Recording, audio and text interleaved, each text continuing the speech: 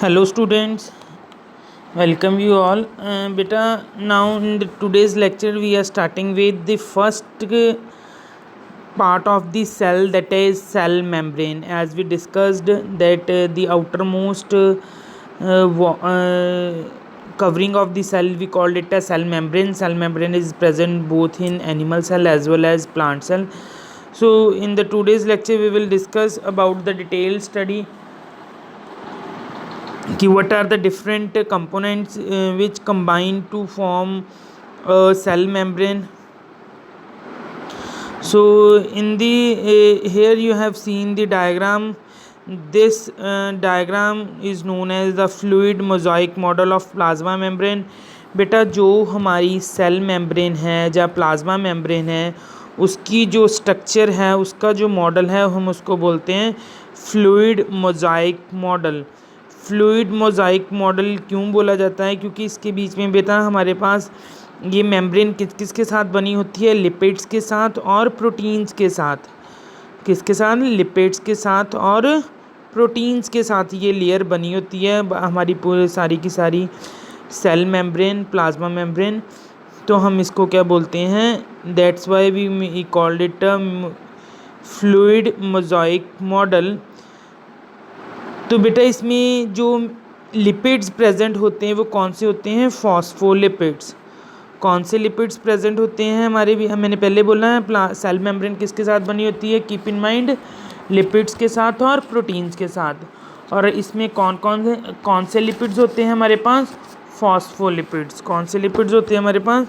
Phospholipids. Phospholipids means lipids के साथ हमारे पास फॉस्फेट ग्रुप लगा होगा. क्लियर है? देन जो फॉस्फोलिपिड्स हैं बेटा उनकी 2 लेयर्स होती हैं. आप देखो ब्लू कलर के हेड दिखाई दे रहे हैं ना, और नीचे भी आपको ब्लू बबल दिखाई दे रहे हैं. तो ये 2 हमारी लेयर्स हैं. एक हेड दोनों की बाहर वाली साइड है, टेल इनकी अंदर वाली साइड है जो ब्लैक आपको थ्रेड से दिखाई दे रहे हैं. तो ये इसका 2 लेयर होती हैं. तो because of 2 layers of lipid we called it lipid bilayer lipid. तो जो बेटा लिपिड्स होते हैं ये हमारे सारी की सारी मेम्ब्रेन में अरेंज होते हैं. लिपिड्स का जो हेड होता है उसको वो पोलर होता है, और जो टेल होती है वो होती है hydrophobic, you can say non polar. तो हेड को हम हाइड्रोफिलिक बोल देते हैं. हाइड्रोफिलिक चीज़ वो होती जो पानी की तरफ अट्रैक्ट हो.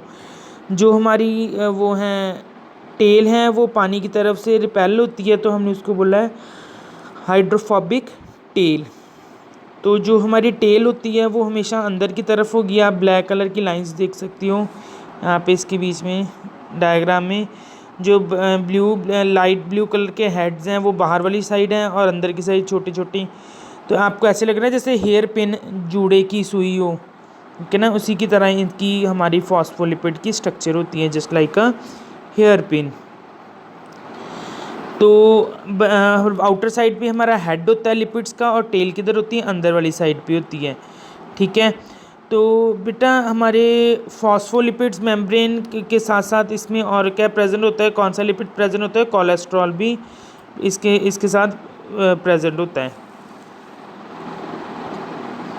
जब हम इनकी बायोकेमिकल इन्वेस्टिगेशन देखें तो हमें क्या पता लगता है कि जो सेल मेम्ब्रेन है उसमें बीच में क्या होते हैं? प्रोटीन्स तो होते हैं, लिपिड्स तो होते हैं, साथ ही साथ कार्बोहाइड्रेट्स भी होते हैं.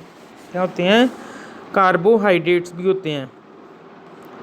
बट जो रेशियो है हमारे पास प्रोटीन्स और लिपिड्स की वो बेटा हर सेल में अलग अलग होगी. जो ह्यूमन बींग्स हैं जो इनकी मेम्ब्रेन है इनके आरबीसीज की, एरिथ्रोसाइट्स मतलब रेड ब्लड सेल्स की, ह्यूमन बीइंग्स के बीच में जो आरबीसीज हैं उनकी जो मेम्ब्रेन है, सेल मेम्ब्रेन है, वो बेटा उसमें क्या है? 52% प्रोटीन्स होते हैं, 40% लिपिड्स होते हैं. कितने? 52% प्रोटीन्स होते हैं और 40% क्या होते हैं हमारे पास? लिपिड्स होते हैं. क्लियर है?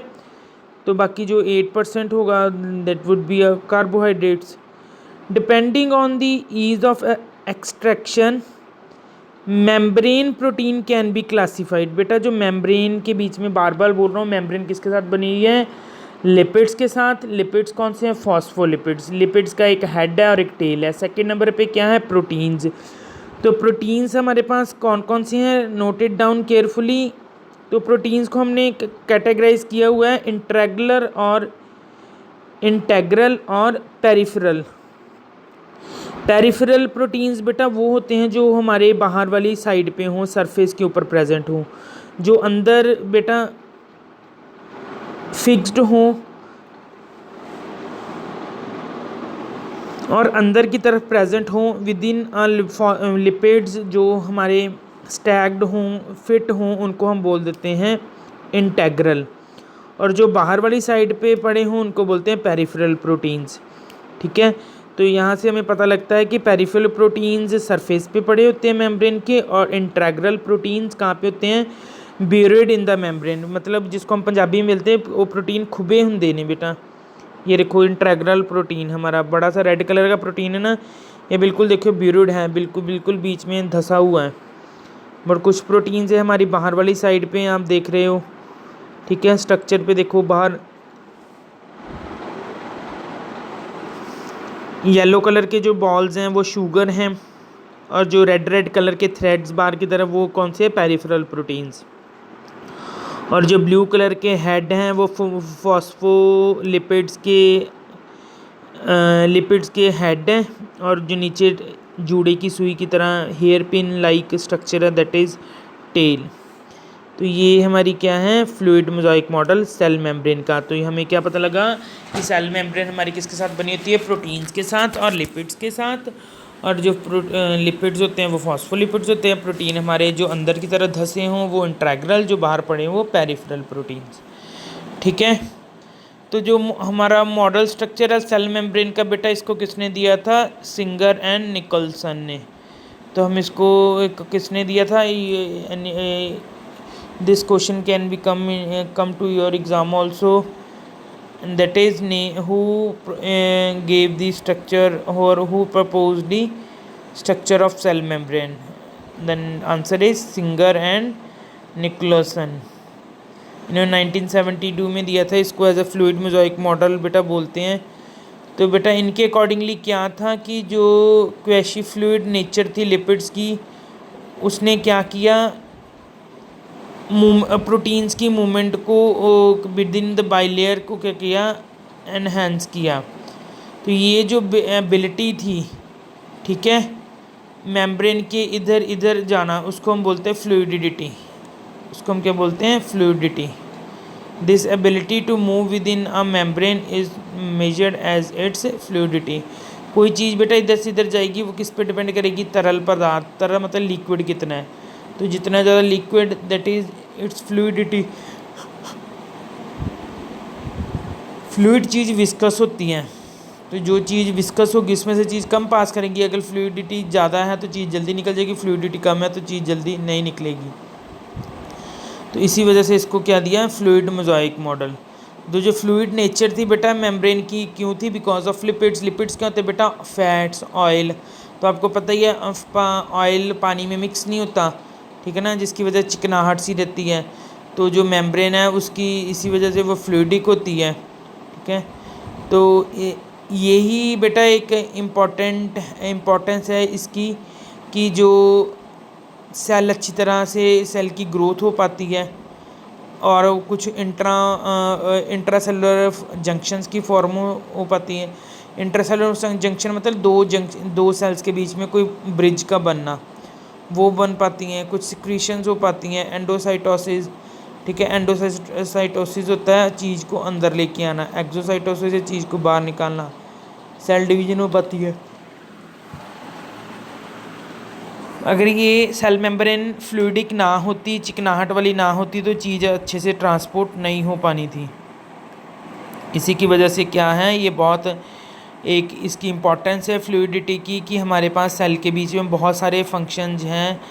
कौन कौन से कि सेल अच्छी तरह अपने आप को डिवाइड कर पाता है, ग्रो कर पाता है, इंटरसेलुलर जंक्शन बना पाता है, एंडोसाइटोसिस कर पाता है। So these all are due to the fluidity of the cell membrane.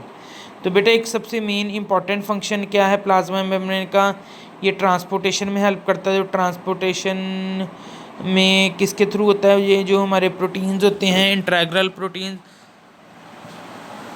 इनको हम ट्रांसपोर्टिंग प्रोटीन्स भी बोलते हैं, ट्रांसपोर्टर प्रोटीन्स भी बोलते हैं। वो चीज़ अंदर से बाहर, बाहर से अंदर जाती है।